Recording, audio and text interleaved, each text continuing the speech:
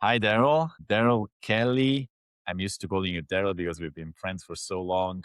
I don't want to think about how many years ago we met. And serendipity, you found me on the internet. I remember at the time I was still working on Upwork and I got a message from you and we started working together at Connect First. Yeah. I don't know if I'm exaggerating, but it might be around 10 years ago. Since To then, this we've been year, in I think touch. 10 years this year. All right. We're Happy celebrating our birthday. 10-year anniversary. Happy birthday. Yeah. Happy anniversary.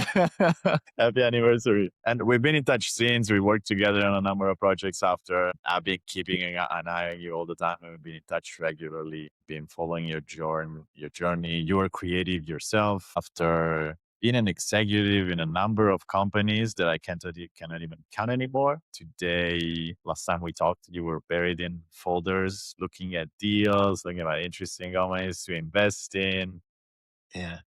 which sounds to me as very exciting and very fitting for you personally. Sounds like something you would love doing, and you told me you love doing, of course. And most important of all, you like to say you're a father. This is probably the biggest priority in your life. And every time we talk a lot about family values. We share a lot of views in that sense. That's something also that I appreciate a lot about our friendship. But that was a very personal intro. Is tell in your own words who you are, what you do, what you should know about you. So the question that I have hated the most over, I'd say, the past 3 years specifically, is when people go, "Well, what do you do?" Because I understand why people ask that question is because we, from a behavioral biology perspective, right? We want to be able to put something in a container. We want to be able to go, I see a person or I want to get to know a person. In order to establish my knowing of that person, I first must establish what box they sit in. I've just stopped answering it. Like even when I've held the title of CEO or, now title of investor, I've tried to strip that away because I don't want to flatten my identity to one area that I happen to be serving in, like one office that I may be serving in at that moment. Because while I may be one may have one chief responsibility, there's also 1,000 other things that I'm also doing. And that's been true my entire life. And so I felt like, well, why do I have to leave a part of my identity out to go, well, I'm a chief strategy officer. Well, I'm a chief executive officer. Well, I am an investor investing out of private equity for whatever that may be, right? It's all these labels that flatten the role, and I'm going to stop doing it. I'm still figuring out what I'm doing. But from an applicable perspective, I find myself most consistently participating at the intersection of significant complexity during phases of transition. And that phase of transition may be phases of scale, phases of turnaround, phases of disruption and chaos and distress. And I found that my superpower, if you will, is bringing order to chaos. When there's a lot of ambiguity and a lot of entropy, I have found a lot of my skill set, what I do, what value I contribute is being able to identify very quickly where some of the contributing factors or weak links in the chain, if you will, that's contributing to that environment of chaos. And I'm sure you've seen me do this throughout my career, and then diagnosing that and then quickly putting a strategy that helps resolve whatever tension is in place. And that strategy may be something that needs to be effectuated over a day. It may be something that needs to be effectuated over years. But that's what I find myself participating in. And, the other thing that I do is I'm a forever learner. Like right now, I'm learning about ancient Roman society and civilization, not the fall of Rome. Everyone likes to study the fall of Rome. I'm studying the rise of Rome.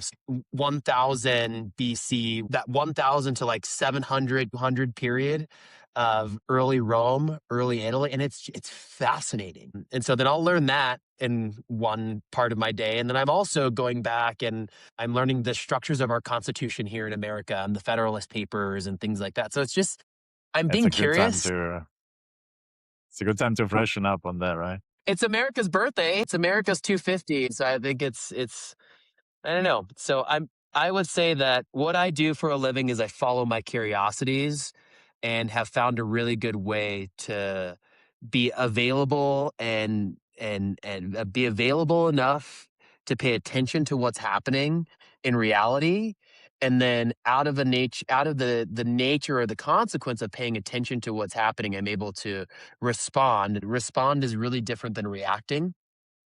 Early in my life, I reacted. I found myself running. Now I'm able to step into an environment and respond appropriately. And so that's what I do. And right now I'm in a season of investing and being available to what may come next. That is amazing. I have a couple of follow-up questions. And the first one is, knowing you, I have an idea what your answer will be, but want to hear it from you. I wonder where that superpower that you have of bringing order to chaos comes from. Well, like any origin story, typically it comes from some sense of some ache. I hate that we call it we label that ache as trauma. While mine was classically defined as trauma, I just see it more as an ache, right? It was a less than maximized environment, right? If you want to use the economic terms of it. It was a less than maximized environment that created an individual that learned how to adapt and maximize that environment. And what I learned to be true is I first have to maximize locally before I can maximize beyond any type of local sense. So if I want to go have an impact in an organization or a society or even on a larger household or a larger familial perspective, I first have to maximize locally. And that came from a childhood where there was a lot of disruption, there was a lot of chaos, there was a lot of disorder. I grew up homeless for a good chunk of my middle school age, a middle school stage of life, phase of life, early adolescence. I was fatherless. I was in an abusive relationship with my stepfather. And so a lot of that early forming taught me strong situational awareness. And so from that strong understanding of situational awareness and behavioral and societal interactions, right? Like I learned how to see human behaviors, right? Without being able to, you know, understand the psychology of it. I was able to understand the actions that were resulting, the upstream actions. And so, not articulating it perfectly, but out of a less than ideal environment, it created the man that I am today. And I'm very thankful for that. It's what has become a superpower. It was once what I saw as a weakness, as a limiting factor, if you will. All of these things that happened to me, and yet all of these things happened to me, pushed me to this environment where I had the opportunity to get to know me and get to develop a strong sense of being and strong sense of relationship, a strong sense of identity, divorced of what's happening around me. And that ultimately became something that was very positive because as I walk into any environment now, I don't necessarily need to attach or associate my identity to whatever outcome that may happen to that environment. And it ends up being a superpower, right? If we don't know who we are and what we're walking into, we'll just become a consequence of that environment. And I didn't want to become a consequence or a product of the environment that I was in. And so I focus on the one thing that I can change. And I do that in every environment that I ultimately am invited into is, well, what are the things that are in the controllable? Like you'll hear me say this, and I'm sure people that know me know this saying is it's like control the controllables. First, identify what the controllables are and then control the controllables. And that becomes very powerful in an institution, in an organization, in a society, in a household. Well, what are the controllables, right? And if you can control the controllables really, really, really well, unexpected things will happen as a result of controlling the controllables. Yes. All right. I knew already. I knew already a long before we jumped on this call that my format, which is totally crash and burn during this conversation. So I would just let's just go with the flow. I will follow my interests. Let's play. Let's just Yeah. play. Yeah. Life should be Yeah. Yeah. Yeah. playful. Conversations should Yes. be playful. So let's do that. I completely agree. I completely agree. So when I hear your personal story, I hope this is not demeaning. We will probably be demeaning in some ways, but that is not my intention. So please be patient. Just say what you got to say. That's fine. We're in a Yeah. good But conversation. your story is the underdog success story by excellence, right? Mhm. Like your story is a story that is written in endless books and it endlessly fascinates young people as kind of like at least me personally, and a lot of the people that I hang out with, we kind of have this same archetype and this same story arc that we admire, right? Of people coming from nothing and through their own resources and devices, kind of making it through this world that is hard and cynical, and then come out on the other side having found some level of peace, of some level of purpose, right? Whatever that means for each person. What did it cost you to be where you are today? This is me going through like censoring, if you will. And it's like, well, how do I want to control the narrative? Right. So that's what I'm doing right now. And I'm trying to now convince myself, like, oh, just like, just be honest. It costs you being misunderstood. Right. Like that's a really big cost. But I would say that the biggest cost is, and this is like when you say like the underdog story, self-made, no one really talks about the dynamics. Right? Like we hear about hustle culture and all these things. It's like work Yes. harder, work harder, work harder. Right. The biggest cost is is being in a room with myself for a very, very, very long time. Right. Like that it costs you introspection. Right. Like that's a cost. Like people don't realize like how long have you just sat with yourself and sat with your decisions and sat with the environment, right? And then walked out of that room with a strong relationship with yourself, right? Like that's the cost, right? Like what I've seen so many people in their life, like, and this isn't a judgment, it's just it's an awareness that most people are not willing to do the one thing that will have the most extraordinary change is just like sitting in tension, sitting in ambiguity, sitting in being misunderstood, sitting in a really crappy environment and just sitting with yourself through it and seeing what's happening, paying attention to what's happening in your head. Like that's the cost. That's what you have to pay and sacrifice is you have to develop out a relationship with yourself. You have to find a sense of understanding of who you are divorced and of everything else. And that's an significant cost because I wasn't willing to pay that cost at one point. Right. And I saw the destruction of not paying that cost. Right. I was like, oh, well, I'll just ignore this thing. I'll ignore this thing. And right. We know when we're being an imposter in our own world. Right. Like it's funny. This whole idea of imposter syndrome, we're so aware of it when we're like, oh, I feel like I'm not good enough here in this company. It's like, okay, but like, do you feel like you're an imposter in your own body? And if you do, are you willing to resolve that? Right? Are you willing to go, I'm just going to go silent for a few weeks and just figure out what's going on right now? Like, that's the cost. The cost is doing the work, but doing the internal work. That's the cost. Saying, well, yeah, all these awful things happened to me. All these awful things are happening around me, but are you willing, right, to pay the cost of doing the work inside, paying the cost of going, well, I made that decision, right? That happened to me, but then I made that decision. Are you willing to pay the cost of doing that? And in doing that, you're going to be misunderstood because for years, no one's going to see what comes from that. Right? Because you're inside, you're doing the internal work, you're examining your own thoughts, you're developing out this relationship with yourself. And that is very expensive, right? Because you, but you're not able to articulate it at times. And so there's a cost of having an individual relationship with yourself. Because by having an individual relationship with yourself, that means that you're not often a part of the group. And that's really Yes. hard to be rejected by the group. Right. But you Yes. oftentimes have to be rejected by the group to be accepted by yourself. And that ultimately becomes the cost is are you willing to be rejected by the group to be accepted by yourself? Because when you are, your world will change. That's what I've seen my world change. And it's a significant cost because early in my life, I tried to assimilate.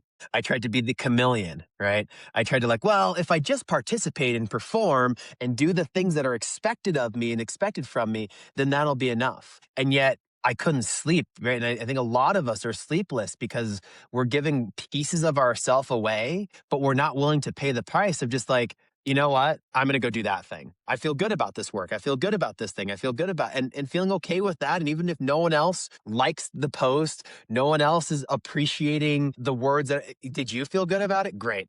That's going to be the cost is slowly, slowly, slowly dying to the validation and the approval of the world so you can have the validation, the approval, and the acceptance and self-acceptance. That's the cost. So our youth share some features and have relatively similar stories. And I came to the same realization. Being yourself is work that you do day by day. It's never that, oh, I found myself, this is who I am. And then you just go out there, be yourself. It's not, doesn't really work that way.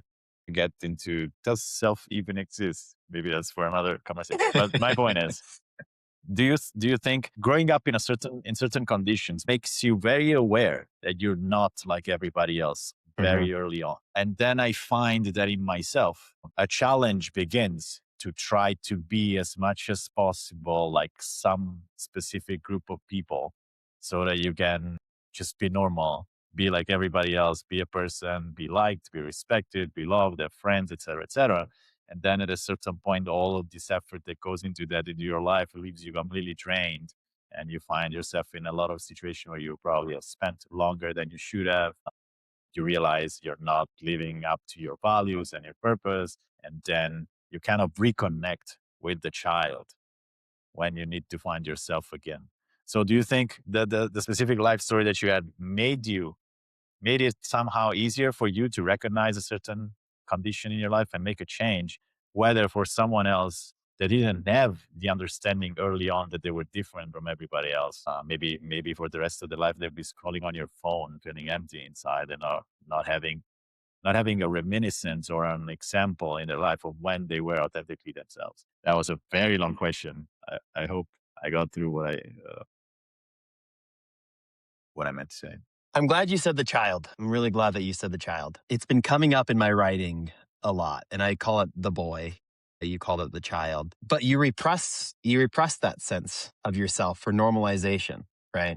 Because that's what you just so desperately crave is because you do. You start to recognize like I am an anomaly, right? I am a statistical anomaly, right? And I know some of your stories and a lot of the company that I keep, I can see that individualism in them, right? And we've become a society that only ascribes individualism as egotistical, right? So it's like the second someone goes like, "Oh, I'm trying to be an individual," society then again will try to put it in a container, right? It's what we do. It's what our human biology is trained to do, right? It's how our systems start to think, right? It's what we're seeing in artificial intelligence, like, right? It's the containerization of things. And so what happens is we leave just little pieces of ourselves behind, right? Little pieces of the individual. And some are more aware of what's happening, right? Because of how far they are from the norms. And then some kind of sit within the norms and then they're still being conditioned, right?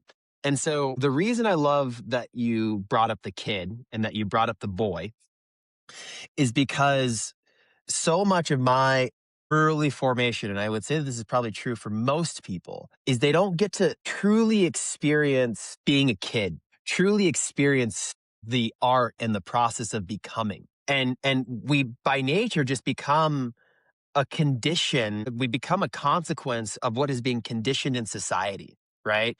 And so it's like, if you think about what normalization is averaging, right? It's taking -1 and +1 and trying to bring it to some sense of average, right? That's really good for economics to understand what is normal. But if you think about human behavior, if you think about identity, we actually want the opposite to happen. We want counter normative, and our society somehow like oddly celebrates it, but then doesn't give you the attributes for counter normative thinking. Like we'll celebrate, like think about the people, like if it was like, oh, what's your hero? Oh, it's this person that did something unusual, right? But then that unusual individual feels so far out of reach, right? And it's like, oh, that's a superhero, right? We say that. Well, it's like, oh, or that's just a great man in society, right? These are these anomalies. And yet I firmly believe that it's in each of us. But there is a story that we told ourselves, and this ultimately becomes our origin story. There's a story that we tell ourselves early on. And it's like, I think it's someone that's a biologist will completely critique what I'm going to say, but I'll say for me personally and what I've seen, it's like, it's very formative years. It's like 5 to 9, maybe 5 to 11. You start to realize things about yourself. And then what does the society say? Oh, hey, you should be doing it this way. You should be coloring in the lines. You should follow you have to do it this way. This is the right way to do it. And so what's happening there is when we are in our most formative states, right? Our most open to the world, playful, noticing just the simple things. Right? Like if you just look at kids, they notice the best things about life. And then during those times, we start to containerize them. Here's what you should notice. Here's how you should be living life. Here's how this thing should happen. And what I've noticed through my life and my reconnection with the boy is when you reduce that boy, that sense of playfulness, you're unable to access life. You're unable to access your true being, your true sense of self until you can build that relationship and that connection back to the boy. And why that's so important is as you build that connection back to the boy, to the kid, you're starting to remove all the distortions and all the conditions that life gives you. And so it's like we need individuals in society more than ever. Now, do we need them to participate collectively? Absolutely, right? Like collectivism is really really good. But we can't just let inertia and arbitrarily agreed norms condition individuals. And to your point of like, what's the cost? Well, the cost is like literally anything that comes in, you have to have a good filter of like, is that something that I want to metabolize or not? And that's such an active process because it becomes filtering. It becomes this process of filtering and deciphering and removing distortions because you just want to find the boy in yourself. You want to find the girl in yourself. You want to find that sense of and I've been using this term and people are like, oh, well, find a better term because it's so egregious, but I'm going to say it. It's like, what's the unmolested version of yourself, right? But that's why I'm glad that you said the boy, is because that's what we leave behind. We leave this little boy. I left little Darryl who just loved playing Legos and would see like unique things in the world and patterns and structures and systems and behaviors. But then I had all these distortions applied on top of me of what normal is. And so then it's like, well, yeah, I want to be normal. I want to participate in society. I want you to accept me. And so I then give myself away so you can accept me, even though I may not accept me. And then I leave all of the skills and gifts that the boy had to offer behind. And yet, the thing that has had the most amount of impact in my life, in terms of the way that I think and the way that I lead, it's kind of being led by the boy. It's being led by the boy that's like, oh, that pattern's off. And Yes. I don't even remember the initial question now at this point, but when you said the kid, that led me to this tangent, this monologue, this line of thinking here is it's like it's so important that we connect with the most pure sense of ourselves. So then that way we understand, because sometimes we want to accept the things that the world's giving us, right? Sometimes that's good for us to like, oh yeah, well, I'm paying attention to the world's happening. But then now we get to decide how we want to respond to that. So you just asked, you asked a question, you're like, I don't know what the Yes. question was. And then I My answered, yeah. question was, yeah, no, it's great. It's great. It's great context for my question. And my question was, having known early on, having had the opportunity, because the conditions in your youth were not ideal, having had the opportunity that early on to understand that you were not like everybody else. As in, do you think it had given you a unique advantage today to reconnect with that? Whether someone else that didn't have that experience early on might find it way harder to find the child in themselves because they didn't have the experience of being unique so early on. No, I don't think so. I don't think it gave me an advantage. Because I mean, and whatever advantage it may have provided me, I reduced it because I wanted to be like everyone else.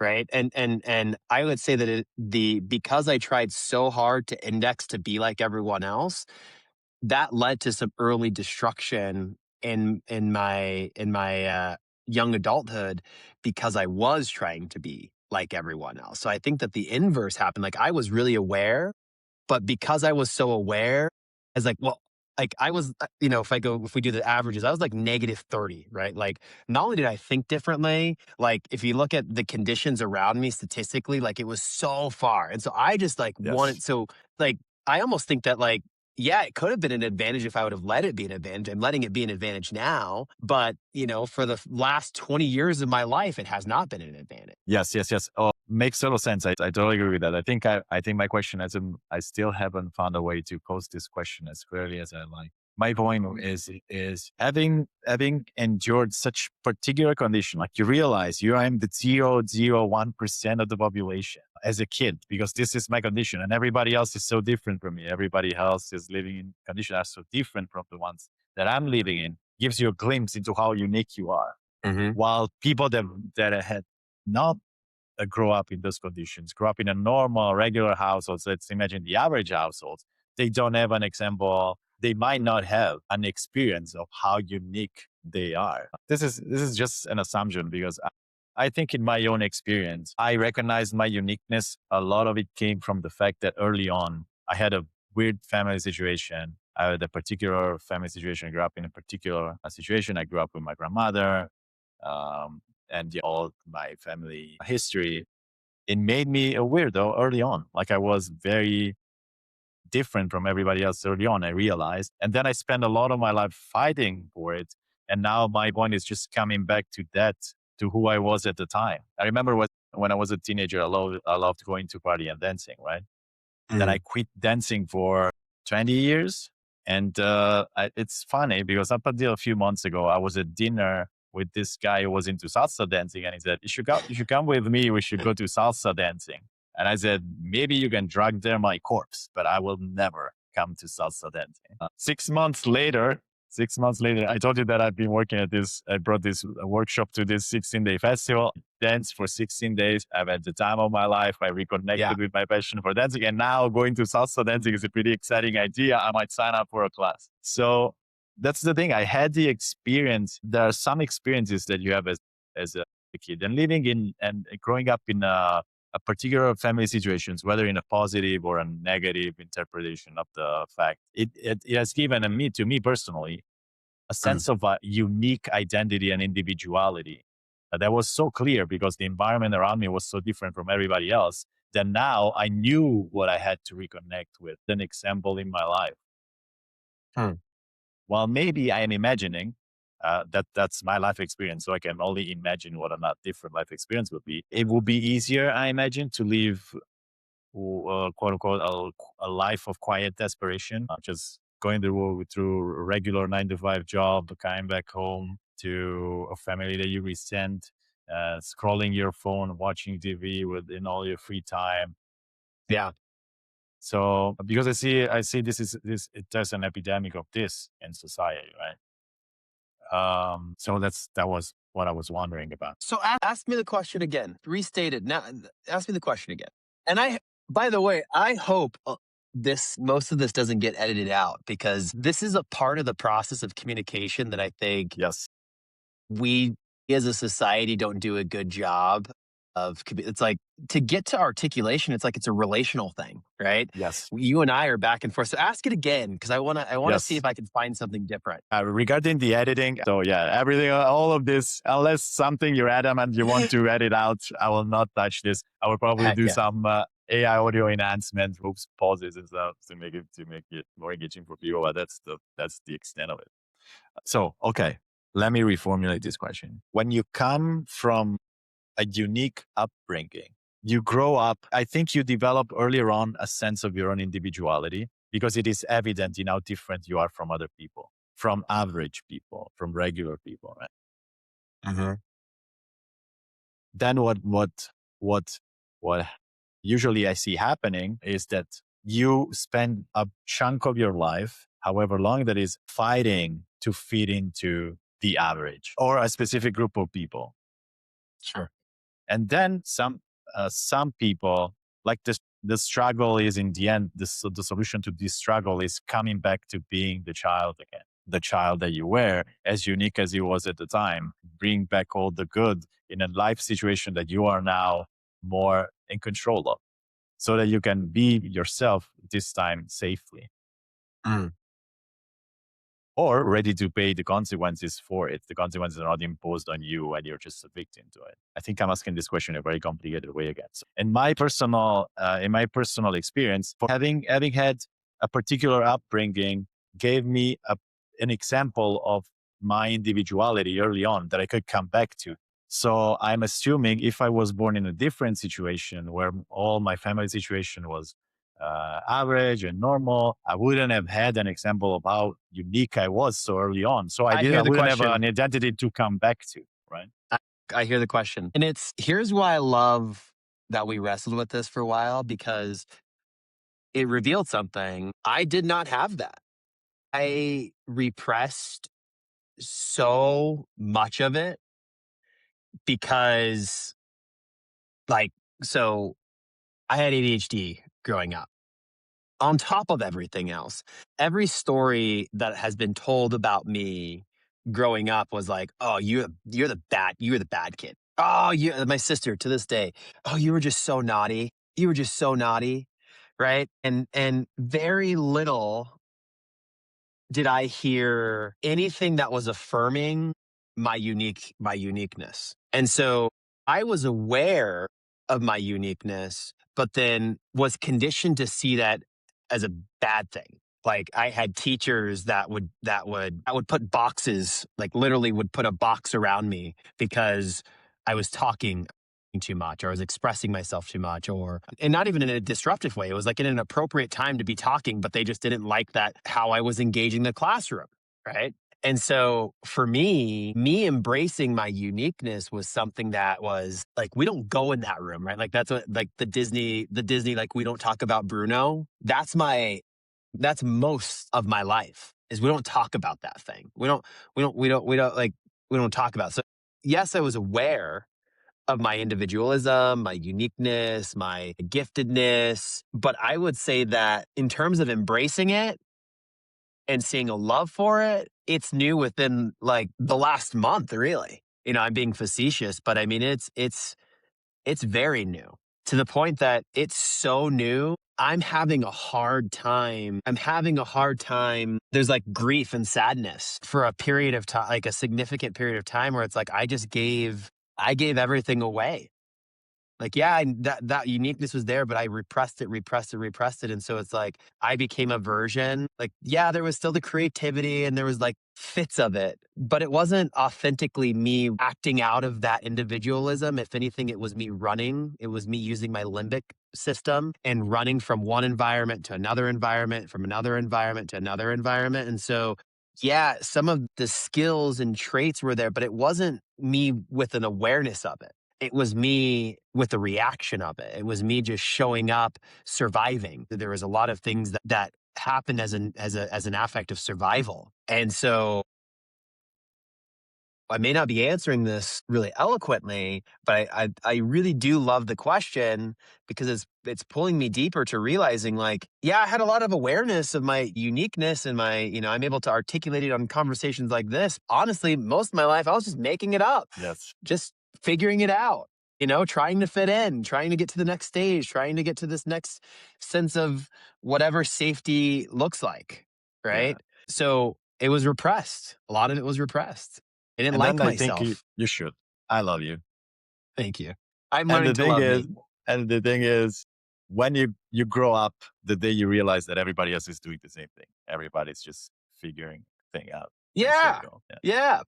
But to the point of where the work is, that's where the work is spending time doing that work, is trying to figure out who you are without the labels and conditions of the world. Because at least for me, I'm a bad kid. I still feel like I'm a bad kid. I still feel guilty, right? Like I'll do a good thing and then be suspicious of that good thing that I did because the default labeling on myself is, well, that you're not really doing that. You're not really giving to that person because that's a good thing and generous thing that you want to Doubting do. your You're own doing mom. it. Right. Yeah. Yeah. Wow. It's like a courtroom. This is what, like, it literally is like I'm in a daily courtroom. And this ends up being the work, right? Like, you got to stay in the courtroom. You can't leave the courtroom. Because Yes. I've been unconsciously acting, right? And I can see the destruction of that. And so the cost is being in the courtroom, but not letting the courtroom define you is what I'm learning. Right. And so I'm constantly, every decision that I make, it's like it's ran by this really complex system and filtering of like, well, is it perfect here? Is it living up to this? Is it, and it's like the second that you can truly just like, all right, let's just leave the courtroom. Yeah. It's what Yes. Yes. is when you experience a different level of freedom. Yes. It's funny that you say that. The way I experienced this is recently, I think I've been doing more work on myself in the past year than I did in a long time. I've been reading a lot of books in the past forever, but the real work, I really think I did it in the past year. And what is changing me right now is, and I have to be patient with myself. But saying things take me longer. Knowing what I want to say takes way longer than it used to. And yeah, you have this very complex system. Sometimes I fuck it up anyway. I think the other day I had an altercation with my partner, and I realized I could have just stayed there and asked one more question. And instead I had a super childish, excessive reaction that I now will like for the rest of my life is that thing I will think about every time I go to bed, right? So yeah, it's a process. It's a process. So we're talking about the process now, but I want to give a framework or reference as to how you see things because we've been assuming you're a success story. You came from nothing, self-made, and then you got to where you are today. But where are you today? What would you say is your greatest achievement to date? And let me make this spicier. Give me your answer. And then I want a second answer where you are the most vain answer you can give me. Look, I think my greatest achievement is stabilizing a system and then transitioning out of that system and it not collapsing. 4 years, I participated in a turnaround at Alvaria and Aspect. It was a company that was burdened with a balance sheet that did not allow the appropriate investment into product, into the brand, into marketing, right? It was constricted in the worst ways. The limiting factors compounded on itself, right? It was leveraged with over $1 billion of debt. And over the past 4 years, I mean, I remember this entire season like vividly. I was invited in from the board and to take a look at the asset to see what I see, right? And that was a really odd invitation. See what you see, right? We'll give you full access to the organization and see what you see, right? So first, like, that I guess already there was some success that I earned the right to be able to participate in that way early on, right? There had been successes and milestones that I have accomplished to be able to be invited at that level to diagnose ultimately, to pay attention. And in paying attention, I mean, when I'm in something, I'm in something. And it was like weeks of not getting sleep. And my wife is always like, yeah, he's in his moment right now. Like this is, my wife has seen this probably about 6 times throughout my life where I don't sleep. There's very little eating. It's like mania, right? It's manic, right? I have friends that will, they're like, yeah, like don't go into Darryl's whiteboard when he's in these seasons and I'm sure you've probably seen me through these seasons actually, and it's very manic. And then I wrote a strategy of here's what needs to happen down to I mean it was 20 something 30-page strategy, and this was before large language models. This is what I have done my entire life. You write the thing that needs to be done, right? You diagnose it, right? You structure the existing state, right? All the details that are existing in the current state, and then where do we want to be, right? And if you're able to do that process really, really well, you're able to control the controllables. You're able to see what are internal forces, what are external forces, what are the conditions that are limiting, what are the conditions that are compounding or accretive. And so I did that. And to be able to take it through three phases of transformation to the point then where it was stable enough for the next leader to step into it. Like Simon Sinek wrote that book, Infinite Game. And so we talk about Infinite Game, right? And understanding that like I am just any enterprise, any large corporate structure, you're there for a season. You're there for but a moment. And to participate in infinite games, you have to be comfortable being there for a moment and designing systems and infrastructure and policies and values and virtues that can survive without you, right? It's the opposite of what is typically glorified. It's like, oh, we glorify an individual. Yes. And what was really important was to reestablish a culture, a corporate culture a corporate ontology, a corporate identity. That is what was lost in that organization. I mean, we're talking two 50-year-old companies merged together. Think about what happens over 50 years of an individual, let alone 50 years of a company, right?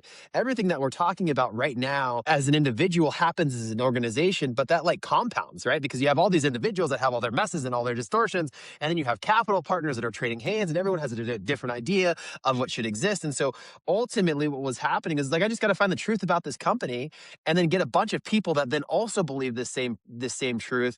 And then because they all believe the same truth and they're collectively participating in it as unique individuals, but they're participating in a collective idea of where they're going, that was the job to be done. And so the fact that in December, I was able to step out of that and complete chaos, not how is the best thing that I think I could mark on my life, because then that means it's real. It means that it was never about me, right? Because if you have Steve Jobs Apple, or Elon Musk's Twitter, or Sam Altman's OpenAI, however you want to say it, it's like, well, then they're the key person of it. Is it really about the institution then at that point? And I think that we do a really good job of celebrating the individual and then missing the institution. While the individual isn't important, when the individual is leading an institution, the institution ultimately is the asset, not the individual. Right. And so that's my greatest accomplishment. Otherwise, it's So a fragile institution, right? it's fragile. It is very fragile. And so, that from a professional perspective was my greatest accomplishment. Like I'll talk personally here in a moment, but professionally, absolutely greatest accomplishment, because I wrestled with myself that entire time. Like it would have been really good to create, like to glorify myself through it and, have all the vanity of it. But I tried to do my best to point it back to the people that were creating, the people that were contributing. Right. And that was hard because, I want to take credit for it, right? You want to be able to be like, I did this thing and I did. It's like, no, I didn't. The thing that I did is create an environment for other people to come in and be their best selves. That's the only thing that I did. Everyone else did the actual hard work. Right. So I'm very, very, very, very proud of that, and very proud that that organization is continuing to shape and grow, but it did not completely decline as I stepped out of it. Right. And that was the point. Stabilize, create an opportunity for cultivation and growth, and then not be the one that has to be glorified in the harvest of it all. And then the other great accomplishment, and this is a personal accomplishment, is like our family is so healthy. Like my relationship with my wife, we're celebrating 16 years, 17 years this year. Wow, congratulations. And you're like, I don't see that around me. Right. I mean, I'm young. And so, clearly I got married young. And the fact that we have a relationship where it's like we like each other is so positive in our house. Right. Like, it's like love is one thing. Love can be a burden, right? Like, oh, I love them. I have to love them. But to like someone, to enjoy someone, it's my second greatest accomplishment, because you have to serve in that relationship. It's not just all about you if you're going to have a durable relationship over time. And then with our kids, we have the most amount of fun with each other. Like driving the kids to school and listening to music really, really, really loud is like the best thing ever, right? Like it's all of us just like banging our heads, listening to music. And it's like, yeah, that's life. So those are my two greatest accomplishments. Like locally, what we as a family have cultivated and forged and held on to, and are learning how to be appreciative of that. That's extraordinary. And then second, professionally, to be able to be removed from a large system, and allow that system to continue to, I mean, we're talking thousands of employees, hundreds of millions of dollars, to be able to step out of that and it continue to move forward. It's like, oh, that's cool. But here's the deal. No one's going to celebrate that. Like, right. Like that doesn't make the times, right? Like, yeah, like stability happened and stability continued to have, like, that's not what's celebrated. And so then, that Yes. becomes, I think, to the point of the vanity question, it's like, dang, like it would be really good for that to be recognized. And that's where like the ego and the vanity of it all comes in, is it's like, I want it to be recognized. And so now that's the cost now, right now, is it's like me examining why I want that recognition, and then learning how to let go of needing that. Because then if I need to be validated by someone else's approval, someone else's recognition, it's real because I know it's real. It doesn't have to be real because the world celebrates it or there's this big headline on it. Like that doesn't make it less, it doesn't make it more real because someone else is giving approval or permission to it. It's real because it's real. So, and I think that's maybe the third thing that I'm most proud of is the fact that I can sit in this season and have an abundance of joy without a ton of celebration. Yes, amazing. I want to make sure that I want to tap into your knowledge and wisdom so that people can walk away from this conversation with also some tactical insights from you and some of your, just share some of your precious experience and insights. You don't want everything to be ethereal? Come on. Oh, let me ruin the mood here. Let me ruin the mood for a second here. No, practical is important. Practical is But important. You but need let me both. see if I can link these two segments elegantly. Let me give it a try. Right? Because we talked a lot about controlling the controllables, and this is something that I think about a lot as a brand identity designer because and we agree on this. Yes, we value great design, but we both know that everything in a company contributes to the brand identity of the company. Yeah. And moving just one of the levers, so for example, good design or a nice logo or employee uniforms or big ass expensive computers on desks, like it's just moving just one or a few levers. It's not gonna change anything. Everything needs to contribute altogether, starting from the business model and ending to the uniform and the words that come out of employees when they welcome people in the store if it's a physical store, right?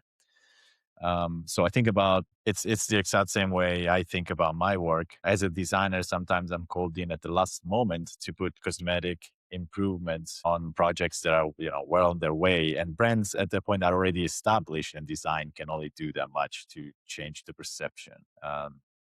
To change the perception to actually build a brand or influence a brand. So in that sense, I know that you're very brand centric in the way you approach business as a whole. Like I think we share this same belief that everything contributes to building brand, and brand is the most important asset that a company can have. So I wanted to hear about, in your experience, well, your approach to how you think about brand, how that has influenced and the success of the different projects that you've been involved in. How do you think about brand today? Now that you're looking at dozens of companies every day, uh, how has brand contributed to your company's success in the past? How do you see brand today?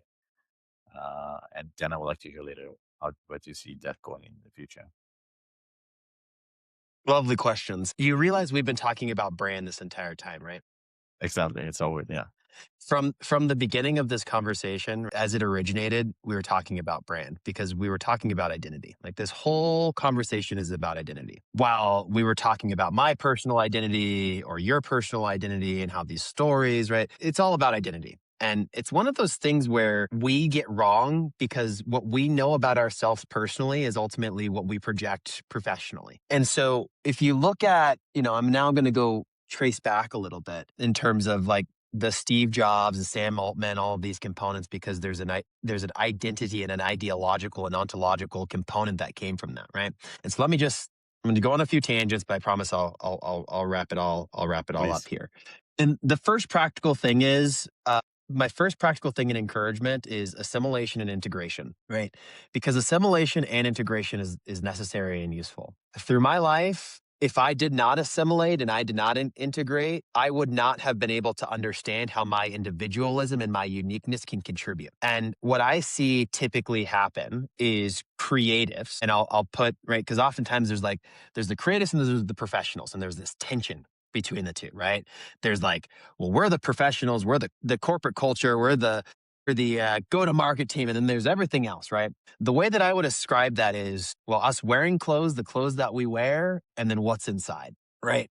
And until those two things are integrated, it'll just be vanity, right? It'll do a really, really, really good job of appearing as if, right? And I've Theater. done that in my life. You've done that in your life. Theater, performance, appearing as if. And then we get in this cycle that the appearing as if is the thing, and it's not the thing, right? What is most durable over time is an ability to one, understand identity and continue to evolve and adapt that identity in whatever environment that is appropriate. And here's what's most important that I want to say is a practical thing. If you're a branded designer, if you're a part of the creative process, you need to be as close as possible to the corporate process. If you're not in the sales stand up, if you're not in the operations meeting, then there will always be this dichotomy. There will always be this either or. There will always be the this or that exists in society, that exists in corporate structures. And that may sometimes you go, what's the cost? What's the work?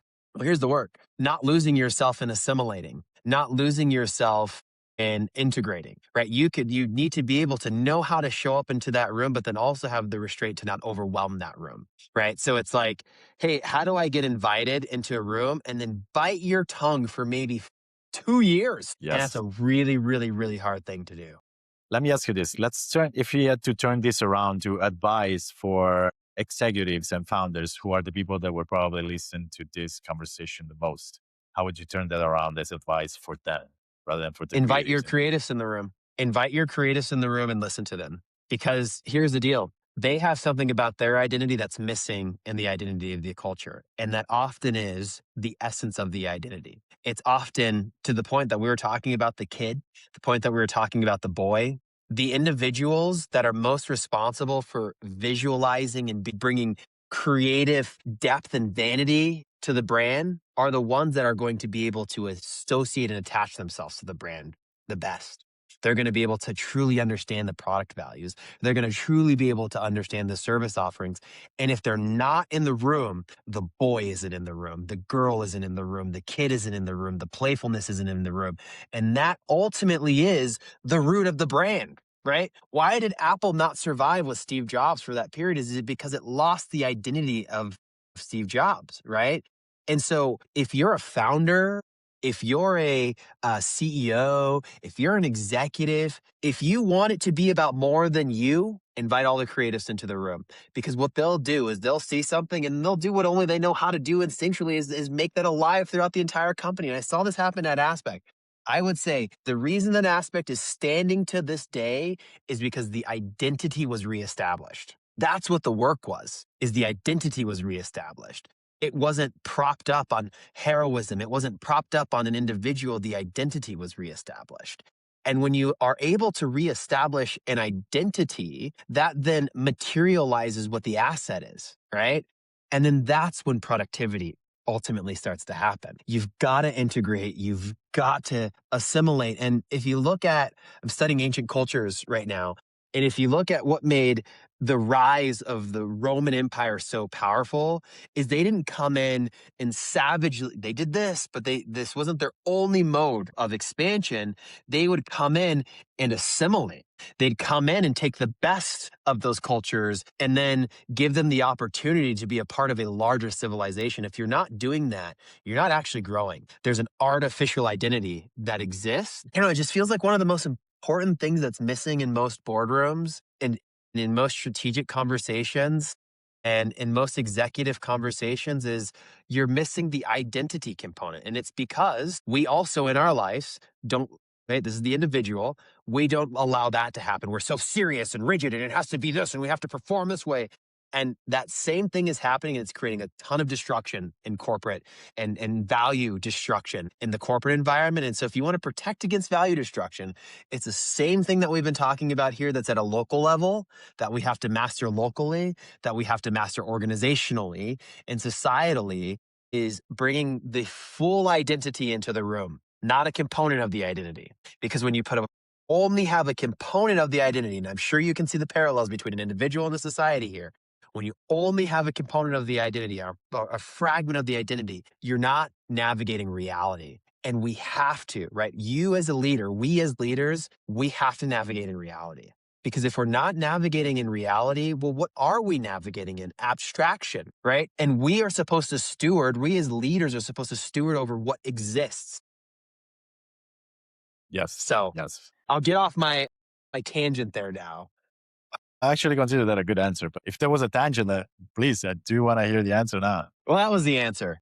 All right. All right. Let me say it more Yeah. succinctly. If you're a head of anything, you've got to bring the entire identity into the room, the entire identity. And if you're a founder, that often is a much smaller organization around you. It's probably 10 people, and maybe it's an early startup founder and it's just you. And if it's just you and you're only bringing parts of yourself into that room of what you'll never have premium, because what will happen is you will become what did we say at the beginning of this conversation? Normalized. You'll become a condition of a market. You won't become an anomaly. You won't become something worth X. You'll just become some average of the market because you're now participating in the container of the market. So bring all of you, right? That idea that you have that's so unusual and so unique, that's the thing. Go pursue that wholeheartedly and protect that, right? It's why we still buy Apple products at an unreasonable margin today, right? It's why we buy the things that we buy. It's because there's an essence to it. We have to allow that essence to exist. It's the right thing to do. And it's the only thing that's going to allow you to, right? What do we pay the most for? Anomalies. What do we put the most amount of value on? Anomalies, right? I mean, think about it. It's like, do you want a Honda or do you want a Rolls Royce, right? Yeah, and that's a bad example, but you're going to go pay more for the Rolls Royce because it's bespoke. It's not mass produced. It's not ordinary. And so you have to ask, do I want ordinary or normal results? And if that's fine, if you're indexing for ordinary and normal results, that's a different strategy. I don't suppose most founders and most leaders are trying to build a strategy for ordinary results. Yes. Also, I don't think you as an investor probably know better than me, but I don't think the capital is around anymore to build strong average company that can be like it. I don't think that kind of capital is around anymore. People are willing to risk it on average. And it's funny, average and normal has become the risk. Like I'm seeing it in markets as an investor. It's like, oh, well, if that's just okay, right? And okay, you used to be able to acquire capital, but okay is no longer okay. Like you can't raise actually anything on okay. You're only raising on 10x, 20x, 30x. That if you want to raise money, you better have a 30x and you be able to sustain that 30x. And the only way you'll sustain it is identity adapting to the environment, adapting to the environment, identity adapting to the environment, because no one is going to outdo you. Back to the controllables, controlling the controllables. No one will outdo whatever controllables that exist in you. No one will control more of the controllables that exist in whatever environment that you're in. And so we have to stop trying to mimic what exists because normal is no longer safe, Yeah, it's very ironically. risky. Yeah. Yeah, that's very interesting. So, as in your day-to-day life as an investor, when you look at a company, what are the signals that you look for that kind of show to you that this company is thinking I have in a the right very direction about I have a very counter-normative thesis, as I'm sure you could have supposed or expect? imagined. Yes. I'm paying more attention to the individual than I am the organization and how that individual is able to communicate what is happening in that organization and where the organization is going and what the substance is. The founders that I'm investing in, the companies that I'm investing in, and they're mature companies too. I'm not an early stage investor. I'm not a seed investor, pre-seed investor, or even a Series A investor. I represent private equity and credit capital, and so there has to be something real and materialized there. There has to be cash and EBITDA and growth within the business. And so when I'm looking at investing, I'm looking at the individual that built that company. How real was it? And where it's going. And the only way I'll know is through relationship and conversation with that individual, because ultimately that is what I'm investing in. Can this individual continue to repeat what has been built here, or is it vanity? And because of my professional upbringing and environmentally conditioned from I've become very good at deciphering that and discerning the individual. Because look, at the end of the day, you are the person that's leading the company, right? And I look for, is this individual leading the company, or is a market, an investor, or the company leading that individual? And this isn't to say that like, oh, you have to be a dictator. A lot of times people hear that. That's the opposite of what I'm saying. Like you can listen really, really well and orchestrate well as well, right? But you, the founder, the CEO, the whatever chief executive, you're responsible for the ends. You're responsible for the telos. You're responsible for the idea. And if you don't have a relationship with the idea, for me, you're uninvestable. Idealism matters. And when I'm looking, and I have to personalize it because this isn't true, although I think it's becoming more true, but this isn't true in the largest institutional sense. But for me, I'm being very picky. And I think the only thing that will have outsized returns is putting the individual through the work. Has the individual done the work? Does the individual know what the idea is? Is the individual willing to die for that idea? And if not, I don't think it's investable. Quick wins are gone, right? If that individual can't go do 2 more decades of this, it's uninvestable, right? Durability matters now more than ever. And if you can't go build a durable, if you're building like, oh, I just want to build this thing. Like I heard a conversation in a room the other day that they're like, oh yeah, I'm just building a company to get to $5 million of revenue, and then I want to sell that $5 million of revenue. It's like, okay, well, you know what? Good luck raising anything on that, right? Right. I've seen that plan fail, right? Like that's you chasing the wind ultimately. But if I go meet someone and they're like, hey, honestly, if this works, if we're able to raise, awesome. But if not, I am going to still go make this happen. That's the person that and there's very few of them that I'm noticing more and more and more. I'm noticing through these conversations is it's like, well, I want this exit or I want this end. It's like, no, no, no, no. What is the thing that you imagine changing that's not yet changed? And how are you going to go change that? That's a durable company that can last 10 years, 20 years, 30 years. Those are the companies that I'm looking to invest in. And I'm hopeful that people are looking to start those companies. Or if you have started them, thinking about the strategy that takes you to 30 years. Yeah, it kind of makes me think of how important it is or how important it is. Kind of makes me think of this principle that you really have to be passionate about the problem rather Yes. than the solution. Because there are 1,000 ways to solve a problem, and you might be onto something or you might not be onto something right now. But if you're passionate about the problem, then whatever you're doing right now is going to be either a success or learning opportunity towards a better solution for that same problem. If you're not passionate about the problem, yeah, you're not going to have the stamina to face the market for 5, 10, 20 years, right?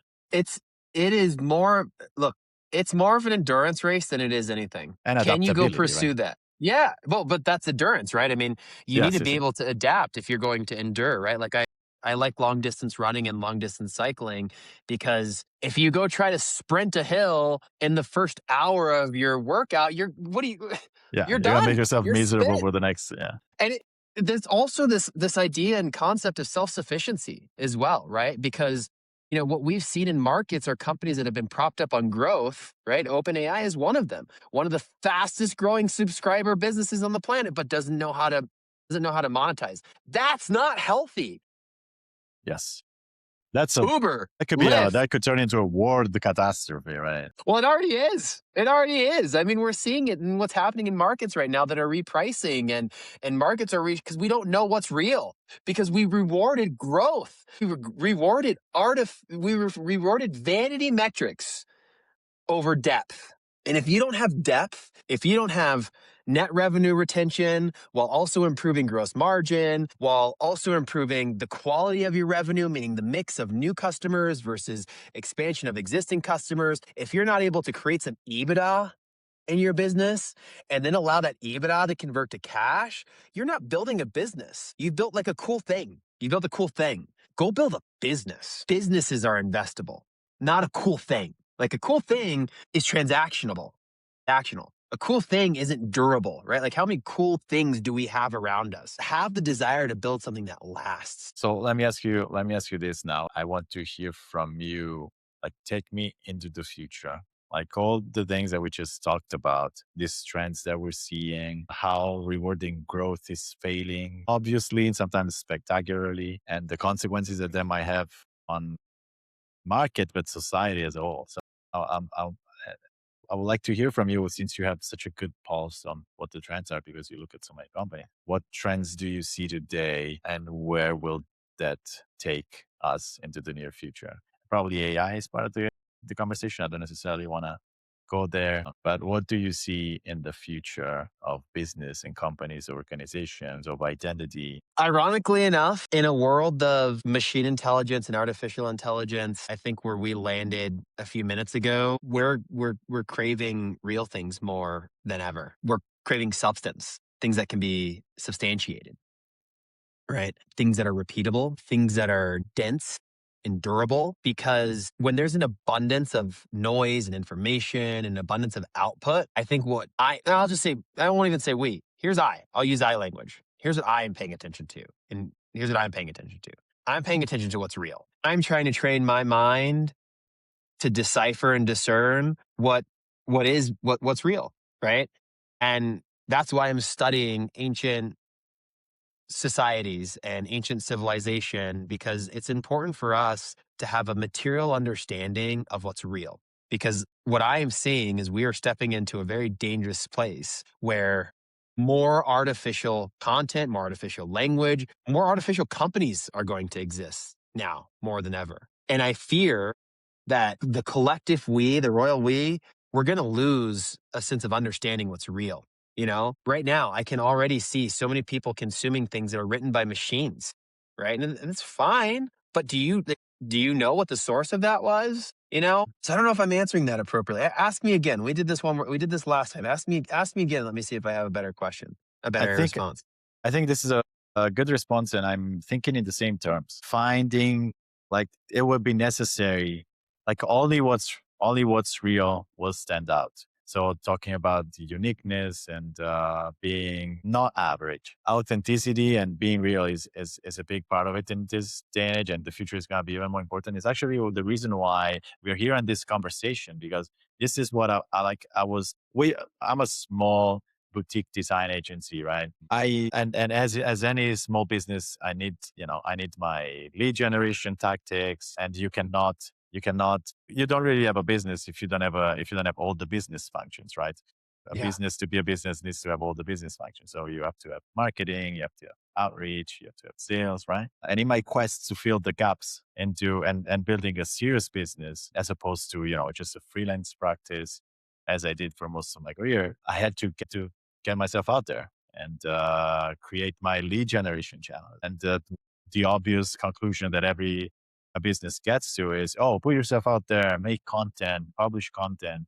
And I'll be struggling and fighting for this idea for so long, because now there's AI that has sped up the process, but quality of content has always been abysmal on most social media platforms. Has always been like content recycled with no real sources checked, assumption thrown around, and entire industry navel gazing rather than going out there and finding what the real insights is. And I had a realization. I thought, wait a second, I am real. I am a person. So if I would already put my face out there, that would already add some reality to content. But that's not only about me. Like I know people. I've been working with so many people, and they're real, and their personal experiences are real, and their insights are real and hard earned. And that's what, oh, this actually has a place in today's environment. I never published content before because all the boring ideas that everybody else had, I didn't think there was a place for it in the Mhm. market. Then I got to the realization is the reality of it that's needed right now. And AI really made it obvious. And now we have bots talking to bots writing comments, and another bot answering comments on a post that was written by a bot.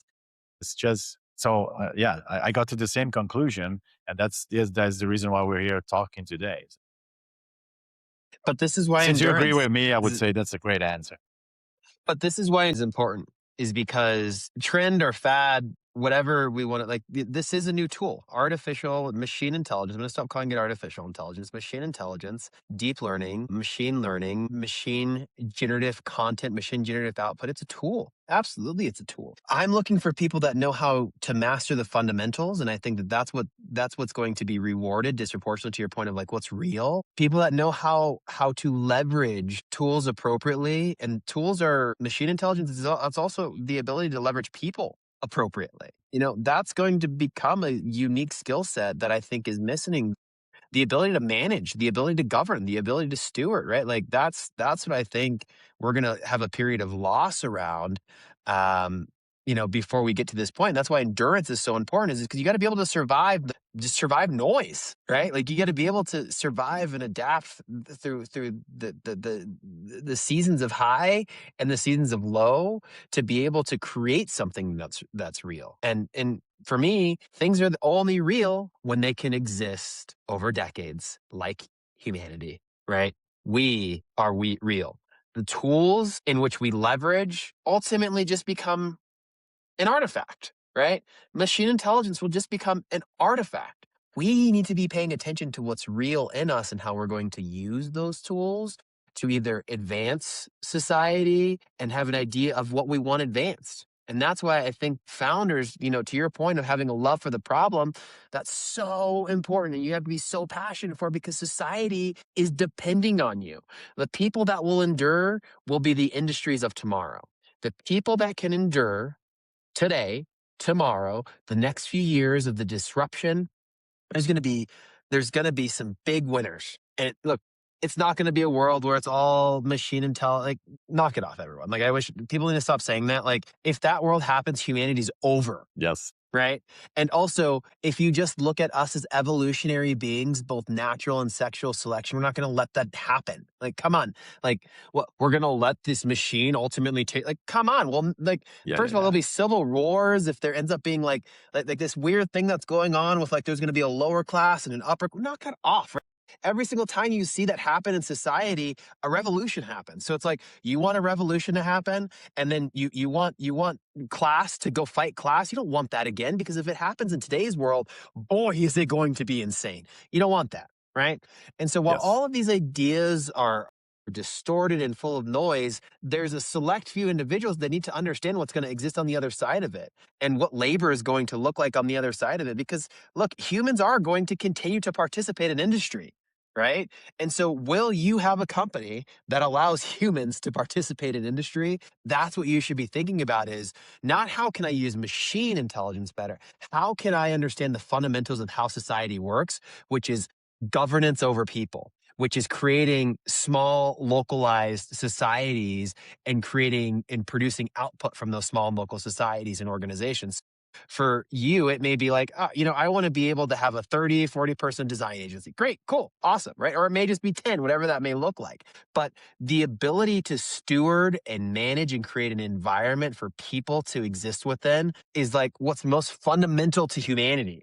And that's not going away. So it's like, Yes. build the thing that allows people to then continue to participate in the thing. And that's going to have outsized returns, right? All that's happening right now is labor reallocation. And why everyone's so upset is because we haven't paid attention to the tasks that humans were doing. And so, like, we see machine intelligence coming in, we're like, oh my gosh, it's disrupting humanity because it can do tasks really well. It's like, okay, well, then who has the idea of what's going to happen with, because these people aren't just going to go away. So Yeah. go build a company that 1,000 people can work at. You want to go figure out how to go create, how to go do something great and investable?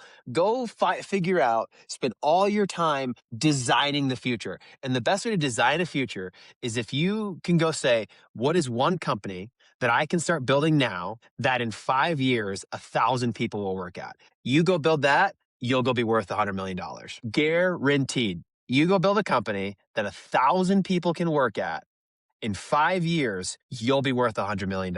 And if you can do that in a way where every single person in that company has fidelity, meaning they're not just like average, but they truly have fidelity. Those 1,000 people have fidelity and they're earning unusual wages. If you can go build that company, you may be worth $200 million.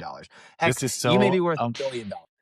this is so amazing and counter to everything I see, because all the narrative today is get one person to do 1,000 people job, 1,000 people jobs. Like the whole narrative and the whole conversation about how companies provide value today, how products provide value today, is to get as few people as possible to do the work of as many people as possible. While you were saying your approach to building a business should be, it doesn't matter what kind of technology you employ and how efficient people are, but the goal of the business should be, how do I get to grow a big company, like with many people, 1,000 people in 5 years, and that's how you build a huge company. It's how humanity grows, That is right? so It's that it's Adam such Smith's a, Wealth of yeah. Nations, right? Like it's if you want productivity, right, everyone wants wealth, but don't understand like the mechanisms of wealth, right? And you're going to either go acquire wealth through land or labor, right? Some people are going to get lucky using a tool to go create some wealth from it. There's going to be anomalies, okay? But ignore the anomalies, right? Land or labor, right? And so you either need to go acquire as much land as possible, or you need to be able to create a vehicle that is able to containerize labor and create productivity from that labor. If you can't do that, then there's no sense of you're going to participate in that. Someone else will create. guarantee you someone else will create it. And if you're not creating it, you're going to participate in someone else's economy of it because humans are not going to just go away. So figure out how to create productive humans. And if you can go create a company that in 5 years can employ 1,000 people, you'll be worth 100 to $1 billion. And I would love a percentage of that when that does happen, because that will happen. I'll invest in that company, right? But those are the companies that we need to be paying attention to. Amazing. This is incredibly insightful. Now it's been half an hour that I've been feeling guilty because I got you stuck in your car on this I love call. that. For I now, have one nothing hour to and a do. half. For now, 1 hour and a half. No, this is So it. This is it. I mean, this is a part of the process as well. I think that's important is it's like I was available to this conversation. I got a yes, bike ride later and a phone call for an investment later, but that's it. And you can see through this conversation it refined itself and it refined itself and it got to this point that we are now. That's the work. You asked me in the beginning, what's the cost? The cost is time. The cost is, are you willing to go get off your phone? Are you willing to go get off of a machine or whatever and go invest the time to go spend an hour and a half wrestling through an idea? Like you have to do it. Like that's the cost. You got to go wrestle with the idea or you'll just and, become a and consequence of someone else's economy. and if I may add, I think another emerging insight from our conversation is, and also think beyond yourself. Yeah, go find the problem you're passionate about. Think beyond yourself. Think of how you can build a company that can provide for 1,000 people while solving the problem that you're passionate about. Think about how you can build a company that you could step out of and you could go on for another 100 years without you in it. Yeah, Amazing. everyone wants to look. I'll tell you this right now. Because of artificial intelligence, this idea that everyone can be an individual and self-sufficient, I'll tell you this right now, it's not going to happen. Right? These people that are like, "Oh, I want to go be a nomad and go write," and it's awesome. Probably not going to happen. Probably not going to happen. But what could happen is you figuring out some type of service or some type of value that maybe 10 people can do that can provide an offering that doesn't exist today. But this idea of like extreme individualism that's able to produce, you're not going to be able to sustain that way anymore, right? Again, with Rome, right? When one farm or multiple farms would share one ox, right? Like we have to be able to have a Come little bit more together. collectivism right now, right? And we don't. We want to be the chief individual. Well, let me tell you something. If you are just one component of a task, yeah, you are existential. That one little thing that you can provide is existential. If you don't know how to be cooperative, if you don't know how to go find equilibrium with other people, if you don't know how to then engage and find assimilation and integration with other people, you won't exist. You will exist, but you'll just exist in someone else's society. And that's going to feel really hard. You can't hustle culture your way to it, right? Like there's not like the I has to drop out of it, right? And it's like, because if you're going to go create a company that's 1,000 people, that no longer is just you. You have to go put lieutenants in place. You have to concede power. You have to do good delegation. All of those things have to exist if you're going to go do that. So go start learning those strengths, those traits now, because we have had an absence of those strengths. Because for the last decade, those have not been the strengths that have been developed. So go start developing them. Beautiful. Come together. I can't imagine a better and more beautiful note to wrap up this talk. We should do Yes, this again. We should do this again because obviously there's more. But thank you. I'm so grateful that I have the privilege to have access to you. Thank you because you have been my champion from day one, from the beginning of my. When I started taking freelancing seriously, you were one of the first clients to believe in me, and you have been my champion since. I derive a lot of pleasure knowing that I a lot of confidence. And I know for a fact that I will not be where I am today if I didn't cross paths with you 10 years ago. So of that, I will always be grateful. Thank you for being so I'm generous grateful with for your you time too. today. Hey, look, before you wrap me up, don't wrap Yes. me up yet. So don't Oh, want you to end. I oh, I want to say one more thing about you because please. you are the real deal, right? Like my favorite stories about you are the leaps of faith that you had to like, oh, I'm just going to go travel here and go do this. And I'm going to go live in Beijing for this amount of time, or I'm going to go live in Buenos Aires, or I'm going to go jump out of a plane with, like, and then your service to your country, your service to your family, how you return home you're the real deal. And so it's easy to be friends with you because you're the real deal. There are other people in my life that it's not as easy to have friendships with because they're not real. And you're real because you do the work. And that work is these little leaps of faith, these little leaps of faith, these little leaps of faith that pull you closer to yourself. So, as much as it's like, I appreciate the affect and the sentiment of you not being where you are without me, you totally would be. And it's because of your ability to take that leap, to take some risk, to push yourself a little bit further than you're comfortable with, and then sit in that ambiguity. Because I've seen you sit in really painful seasons before. And you sat in that season, you didn't lose yourself in that season. And so that's the real thing that allowed you to be here. Thank you. I appreciate it. I try to be mindful and appreciative, yeah, of what my own qualities are and the part that I myself have put in to be where I am today. However, I won't repeat everything I just said. I'm still 100% sure that meeting you was a pivotal moment in my life. And so much from you, really. And I'm privileged to be calling you friend. And I hope to be in your garden sometime soon again for an aperitivo. I hope so too. I hope so too. And Yeah, these are the relationships that I cherish, and I appreciate the opportunity to engage. And who knows what comes from this, right? I mean, it's one of those things where there's unexpected consequences of good relationships, and consequences we'll never know. And so, whatever that may look like, it's beautiful to be able to plant seeds with you and see how that lands. So, thank you for the time. amazing. Thank you, though. Let's do this again soon. Ciao. Peace.